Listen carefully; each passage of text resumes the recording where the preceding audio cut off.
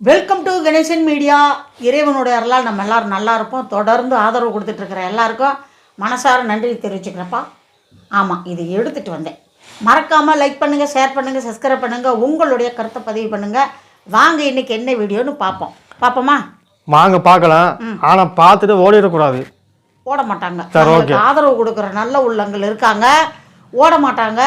நம்ம தவறு செஞ்சால் கூட ஒரு கமெண்ட் திட்டி போடுவாங்க. நம்ம உடனே சாரி கேட்டு திருத்திக்கலாம். சரி, ஓகே, வாங்க வீடியோக்குள்ளே போகலாம். தப்பு பண்ணால் திருந்தணும், இல்லைன்னா வருந்தணும். இப்பயே ஆரம்பிக்கிறான். வாங்க வீடியோக்குள்ளே போகலாம். வாங்க. இதை விட பஞ்செல்லாம் இருக்குது. எவ்வளவு தூசி கழுவி வச்சா கூட இந்த சப்பாத்தி கட்டை என்னத்தை யோசிக்கிறேன், யோசிச்சுட்டு போகிறேன். நமக்கு என்ன, அவனும் ஒரு இளைஞன் தானே. லே தம்பி, இங்கே வர்றா. சப்பாத்திக்கு என்ன தொட்டுக்க செய்ய போறேன்னு தானே யோசிக்கிற. அதுக்கே நீ எண்ணெயை தொட்ட? இல்லை, கூப்பிட்டுக்கிட்டே இருந்தேன், கேட்கல, அதை தொட்டு கூப்பிட்டேன். நீ தொட்டாம கூப்பிட்டாமல, அடிச்சு கூப்பிட்டாம இருந்துச்சு. சரி, அடிச்சு கூப்பிட்டேன்னு வச்சுக்கிருவான். இப்போ நீ என்ன யோசிச்ச? அந்த சப்பாத்திக்கு என்ன தொட்டுக்குன்னு தானே யோசிச்ச? சேச்சா, அதுக்கும் மேலே. அதுக்கும் மேலையா? ஆமாம். அப்போ பொண்ணுக்கு நீ எங்கே பார்த்துருக்கியா? அதுக்கும் மேலே. பொண்ணு பார்க்குறதுக்கு மேலையா? ஆமாம்.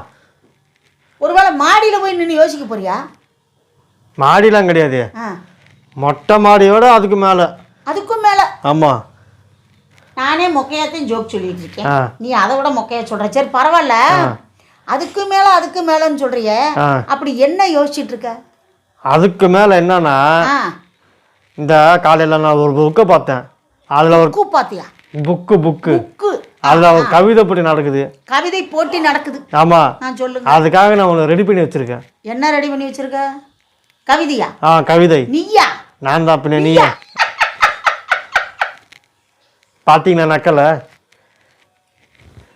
சும்மா சிரிச்சு. கவிதையை சொல்லும் போது நீ சிரிக்கக்கூடாது. கவிதை சொல்லும் போது சிரிக்க மாட்டேன், யோசிப்பேன். அந்த கவிதையுடைய அர்த்தத்தை நினைச்சு யோசிப்பேன்.